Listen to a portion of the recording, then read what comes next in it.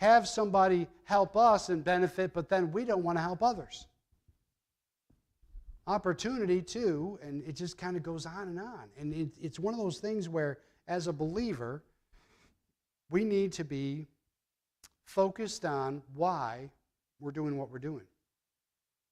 Isaiah gave us a great reminder this morning in Sunday school about forgiveness. Is there anybody that you refuse to forgive? Oh, Pastor, you don't know the situation. You don't know what they did to me. I don't. You're right. And I don't need to. The Bible says very clearly we are to forgive. Period.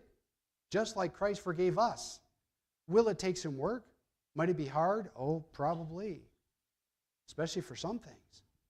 Well, here we have a situation that just, it kind of blows my mind a little because I look at our situation, I look at us in our church, and I can't see this happening. Yet I know that it actually does.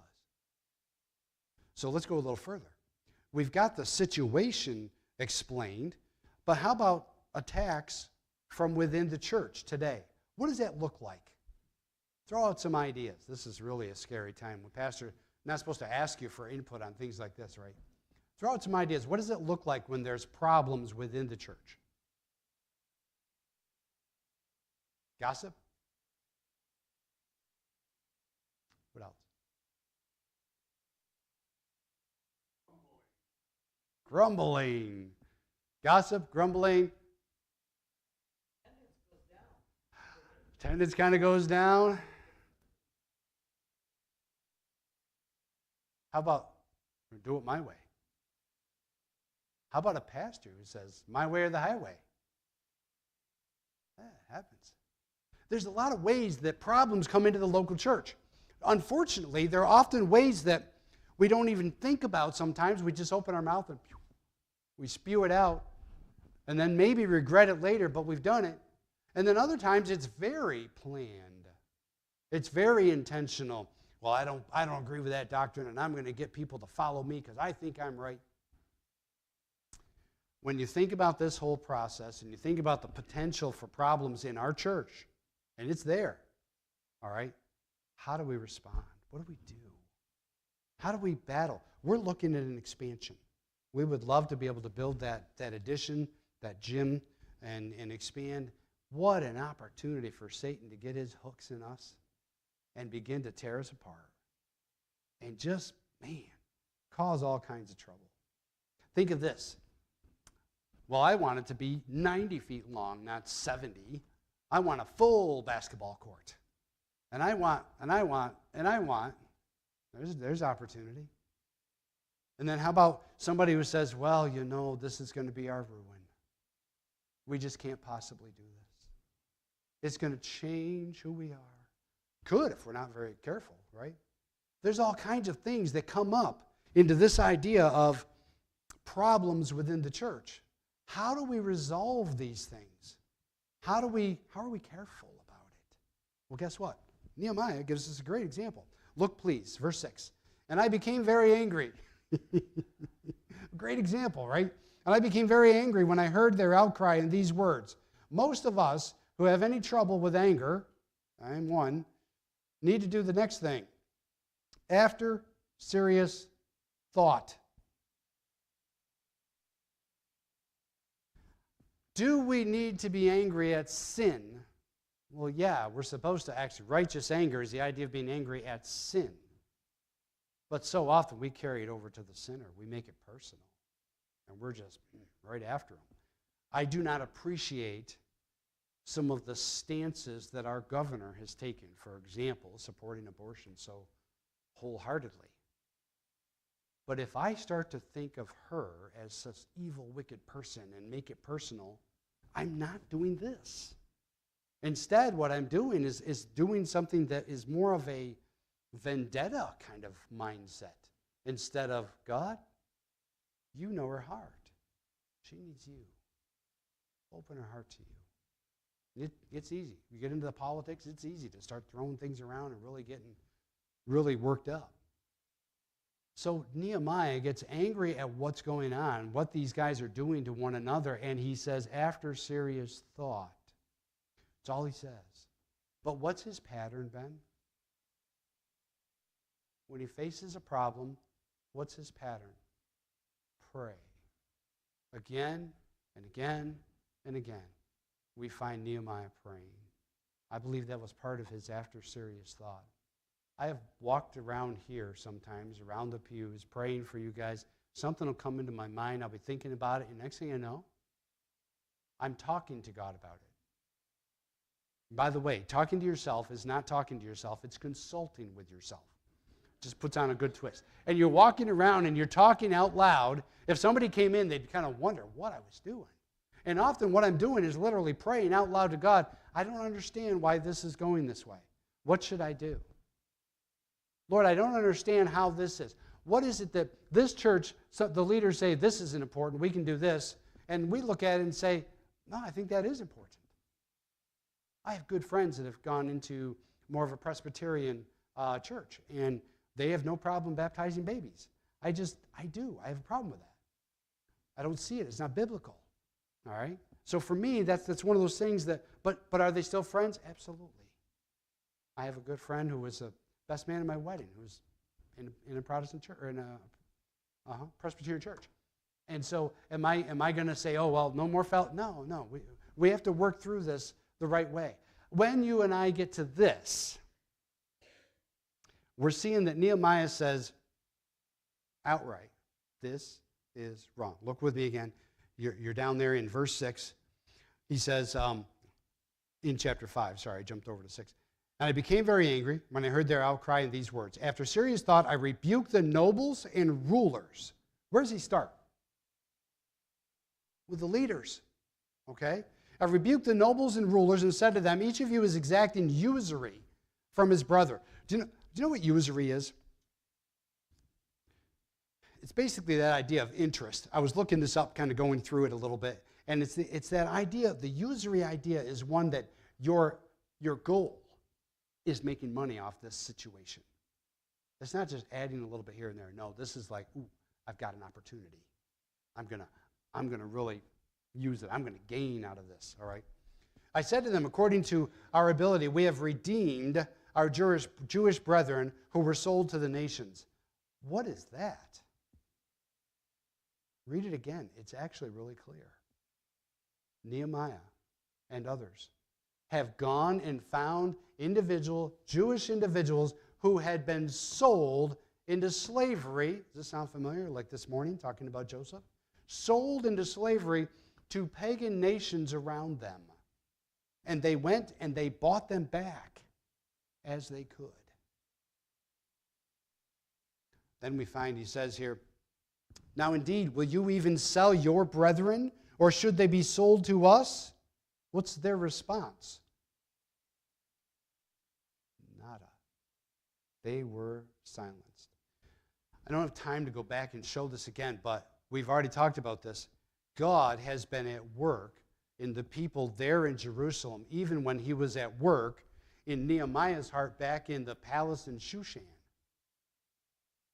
So when you think about this, he's been at work. Haggai, Zechariah have come. There's been a challenge to their heart. Ezra has come and he's been teaching them the law of God, and they have been convicted. Some have continued to do these things, but now when Nehemiah brings it right out front of everybody, public notice, what's their response? Silence. I believe because they know they're guilty. They know it's wrong. Too many times when we do the wrong thing, maybe we respond inappropriately. Maybe we give in to some temptation. We know it's wrong. And yet we're still allowing ourselves to do it. Well, I just had to vent. I tell it like it is. You know, all these things to try to excuse our sin. Here we find that Nehemiah points it out pretty strongly here. In verse 9, he says, then I said, what you are doing is not good. Should you not walk in the fear of our God because of the reproach of the nations, our enemies? It's bad enough that you've got Sanballat and Tobiah who are mocking them, saying, you anything you build, a fox will knock it over and all that stuff. But no, now they have a chance to mock and say, oh, you talk about your God and how he loves you, and you're selling your own people to others.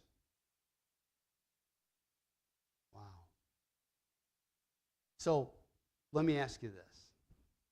Sometimes people have an interesting lunch after Sunday morning service. It's called pastor roast or so-and-so roast. And you sit around the table and you just tear somebody apart. Is that similar? May not be quite the same as this, but it's similar. Are there times when we get out in the community and it seems like all we can do is bash our own church?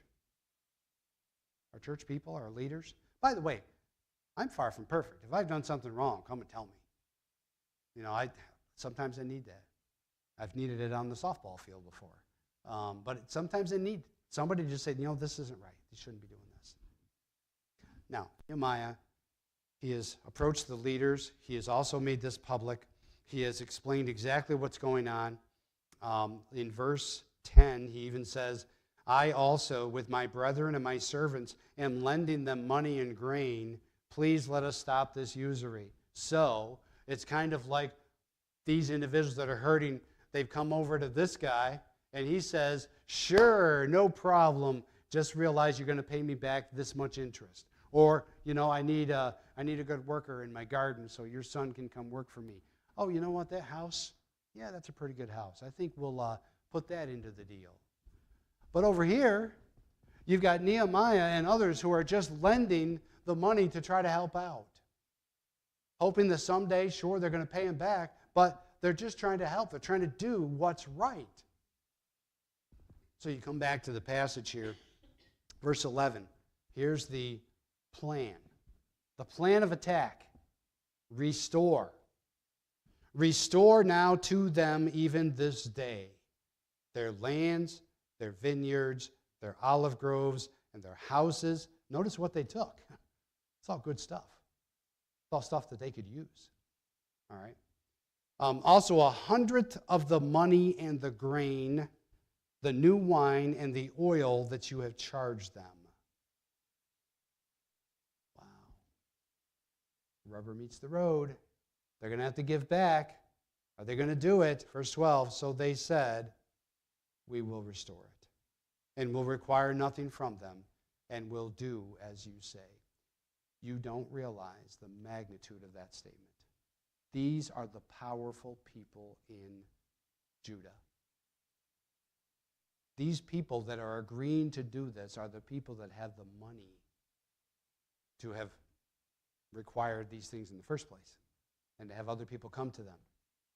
And yet, God has worked in their heart in such a way that Nehemiah brings this out, makes this statement, and they're ready to restore. That's amazing. Don't ever underestimate the power of God and His Word in the hearts of people. Even those who look like they're just doing the wrong thing again and again. And they look like they just don't care. They are still individuals that we should be praying about, for, loving despite some of the problems. We find here, he says, they said, we'll restore it. They'll not require anything. Verse 13, then I shook out the fold of my garment. Yeah, we don't do that very much, but it's kind of like taking that garment, that long robe kind of thing, shaking it out. It's an object lesson that's supposed to catch their attention. So may God shake out each man from his house and from his property who does not perform this promise. Even thus may he be shaken out and emptied. All the assembly said, Amen, and praised the Lord. Then the people did according to this promise.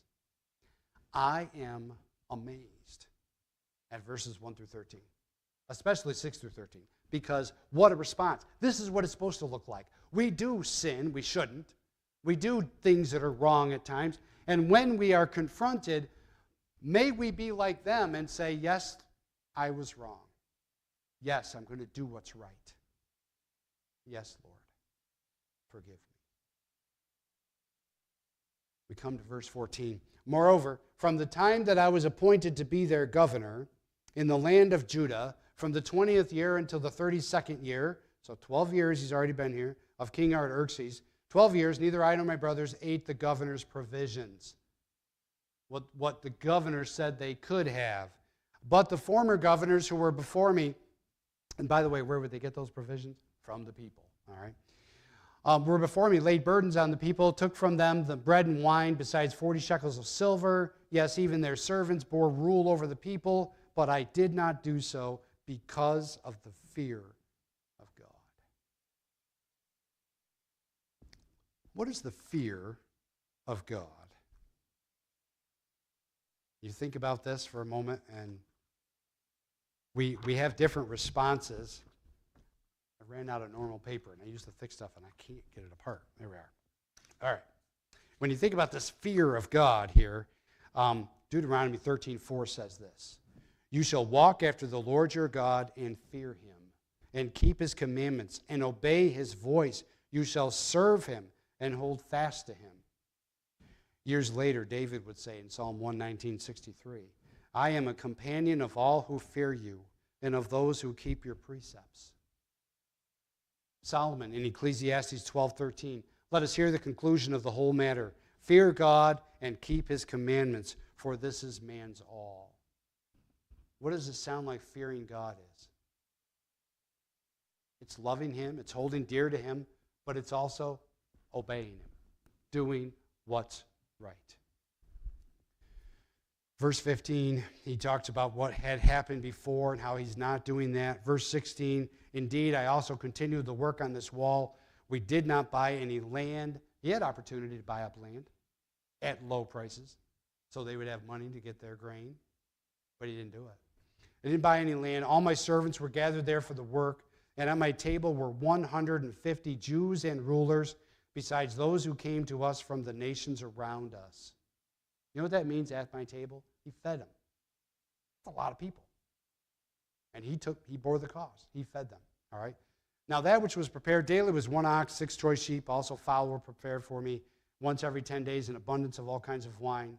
Yet in spite of this, I did not demand the governor's provisions, because the bondage was heavy on this people. Remember me, my God, for good, according to all that I have done for this people.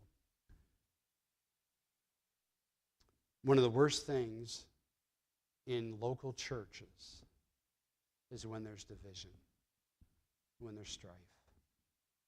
Churches that split. Some of you have been through some pretty nasty situations.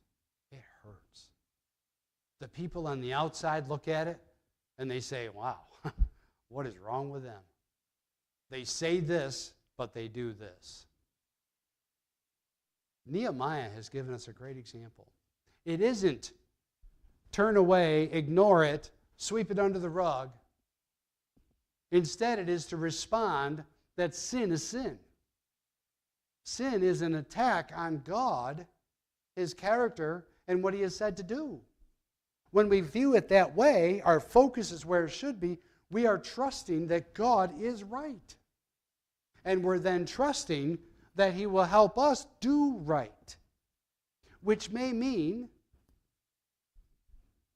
foregoing what it is that we thought was so important that we had to have our way.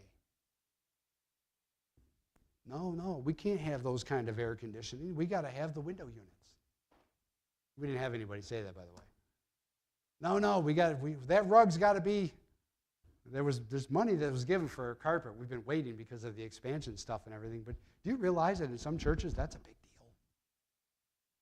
I mean, fights come out over the color of the rug or the color of the paint that they're going to put on the walls. Why? Because our focus isn't on God, it's on me.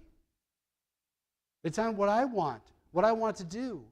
So Nehemiah, his example is kind of concise. It is to recognize sin as sin. It is to then consider, what would God have me do? Pray? Yeah. What would he say is right? And then it's to actually go to the leadership first and say, "Hey, what are you doing?" Nobles, rulers. I'm sure the other leaders were right there, the ones who had refrained from doing it. So now they're being called on the carpet by Nehemiah in front of their peers. But he did it. And then in front of the whole group. Wow. As you and I consider the lessons from Nehemiah 5. It's really easy to push all this stuff back into history and just say, yeah, that's a nice story. No, this is biblical truth. I don't have time to take you there, but a great passage to wrap this up is actually Colossians 1, 9 through 11, where Paul talks about praying for them and he lists all these things that are really a sign of a healthy church. Loving God, growing in him, growing together. That's what we need to be focusing on. I mentioned the expansion thing. We're kind of in that pause right now, waiting to see what's going to happen as far as blueprints and that kind of stuff. And it's been easy to either forget about it or start to let some of those, what would you call them, nagging questions or doubts come up and start to wonder. So we're starting to turn back that focus on this is something God's given us an opportunity to do. And so we're going to be showing what's in the building fund. We're going to be talking about these plans. But there's somebody right now who's starting to work on doing a drawing of what it's going to look like on the outside. All right? Something that would help us be able to focus on that. Then we're going to end up having a vote at some point when we have the cost estimate as to how much we can do. That just makes sense. Can we do it all in one shot? Can we do phase 1, phase 2, that kind of stuff? So that'll all still be very much church governed. But I'll tell you what, in the meantime, there's a lot of opportunity for people to start tearing things apart and ignoring. And that's just one example. So often it starts out with little things. So I bring this to you today, not with somebody in mind. Oh, we've got a problem. Pastor's just being polite, not saying, no, I don't have that. But I am bringing it to you because I know it's really easy to happen. I praise the Lord that I have a friend who was an example for me in a lot of ways. One of the things the church decided they were going to build, and he was against it because they didn't have all the money yet, and he just didn't want to go into debt. But the vote went against them. They decided to build. When they started building, guess who was there working? He was. He was there. And so one of those things that I appreciate is I've actually seen in action individuals who have known how to disagree, but then say, hey, the church said we're going to do this. They voted on it. I'm going to be a part of this and help as best I can.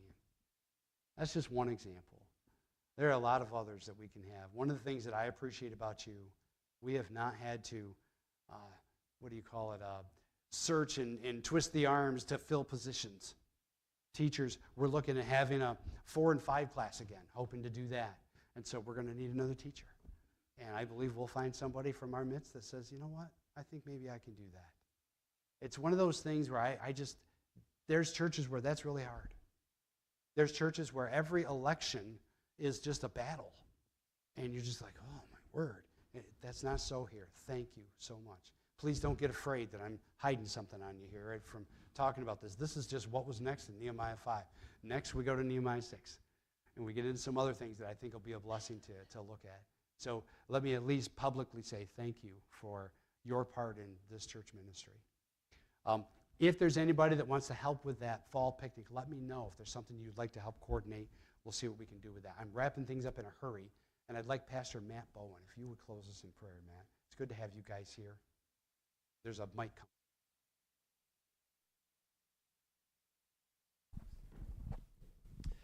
coming. Father, thank you for the reminder from the book of Nehemiah that you are a God who calls us to work, that you are a God who calls us to make a difference when we see things that are wrong, and will you give us boldness to lead and to serve as you have called us to do.